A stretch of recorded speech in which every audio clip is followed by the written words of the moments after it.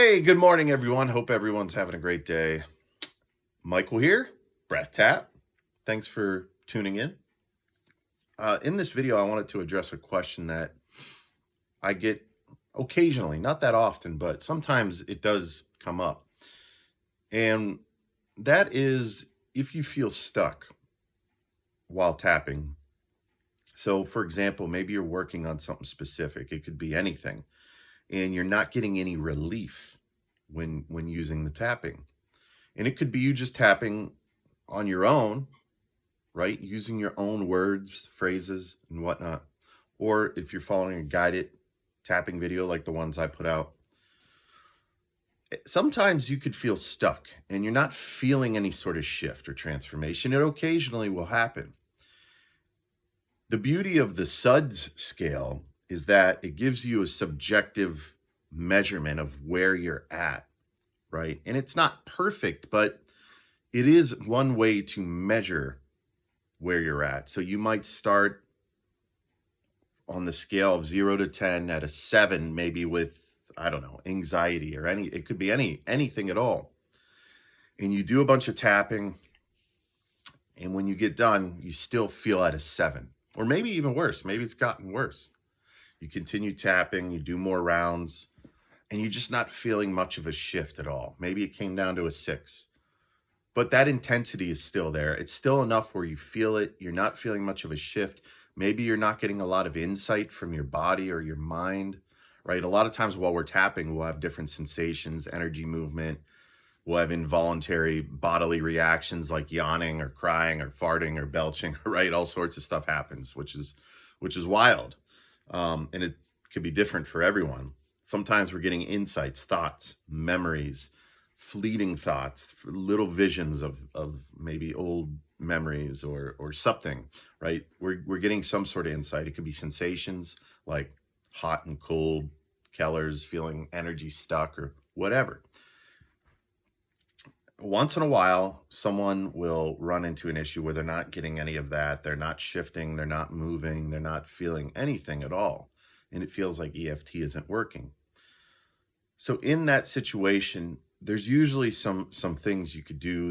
And it's not that you're doing it wrong. It's hard to get tapping wrong. But one of the primary reasons people get stuck or they're not feeling any sort of shift is they're not being specific enough. It's possible that you're just not being specific enough with your words, your phrases, your feelings, where you're truly at with whatever it is you're working on. And that could be one of the challenges with videos like this, right? Putting out these videos, as an EFT practitioner, I don't know you and I don't know what you're feeling, what you're experiencing. So a lot of what I do in the videos are very generalized, which could be powerful for people, and they are, even myself. But if you're dealing with something, you may need to get much more specific. And a lot of times going through the guided videos are nice because you could be just using the general phrases and words that I'm guiding you through, but you should be paying attention to what's coming up for you, because that's where a lot of the insight is coming from, right? So as you're tapping, maybe it's on anxiety, and you're tapping through and we're using general phrases like, oh, this anxiety, this nervousness, I could feel it in my chest and my body, right? You're just repeating what I'm saying, but a lot of times your body, your subconscious mind, your intuition will give you clues. And so pay attention to that.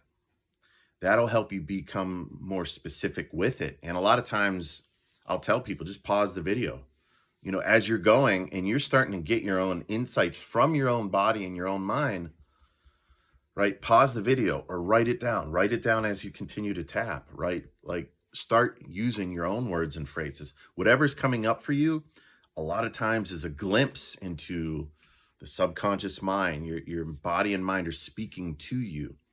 And there might be an old memory that comes up. Start tapping on that memory, right? And that's the nice thing in working with a practitioner, is that we can help you flush that out. We're taking a lot of we're essentially doing a lot of the heavy lifting for you. So as you discover things and flush things out. We're typically taking down the notes. We're writing it down. We're using our intuition to connect with you in what is happening. What's your body language look like? Because a lot of, you can't see yourself. A lot of times you're giving away information just through, you know, um,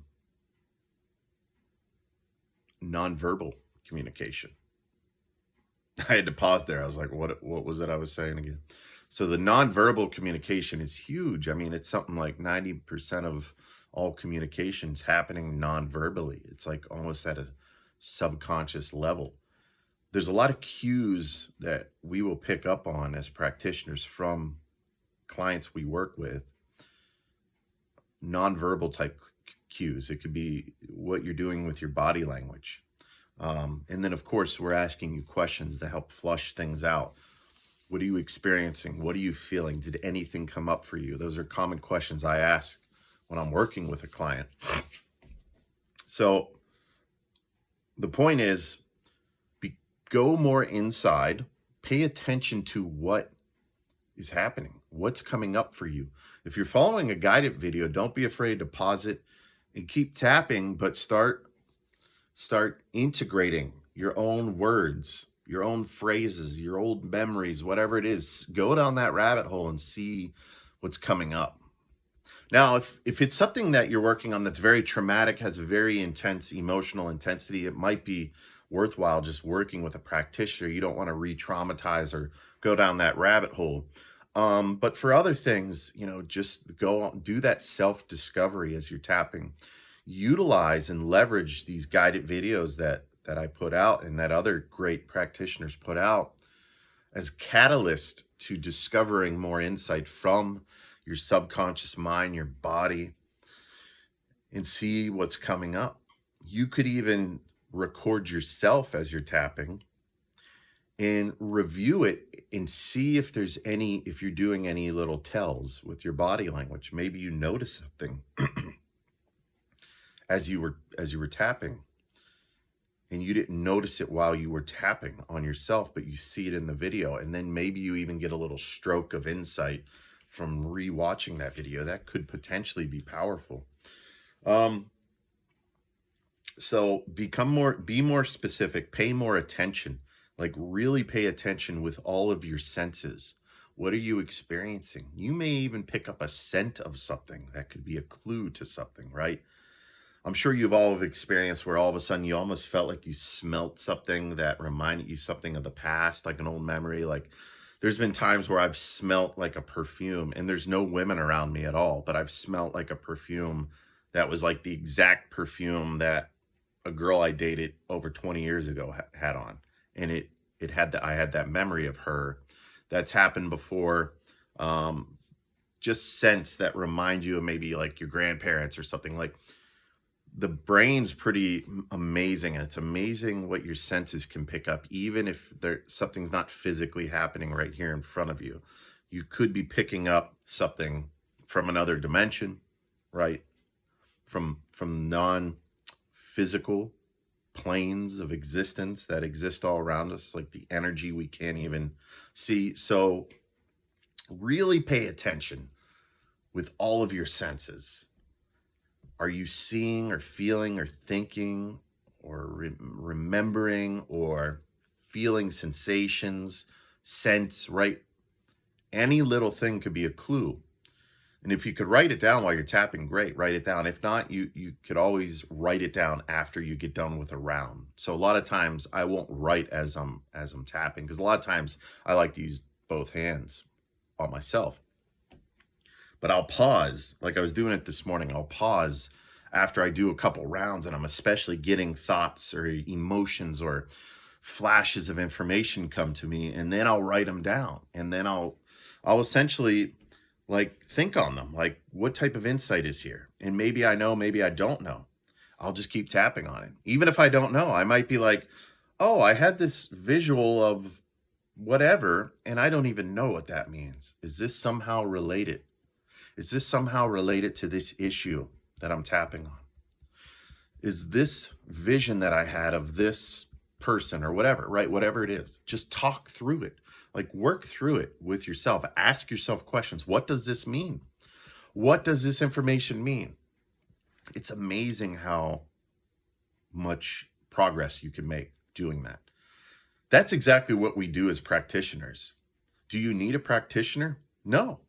No, you could do so much on your own. That's the beauty of EFT.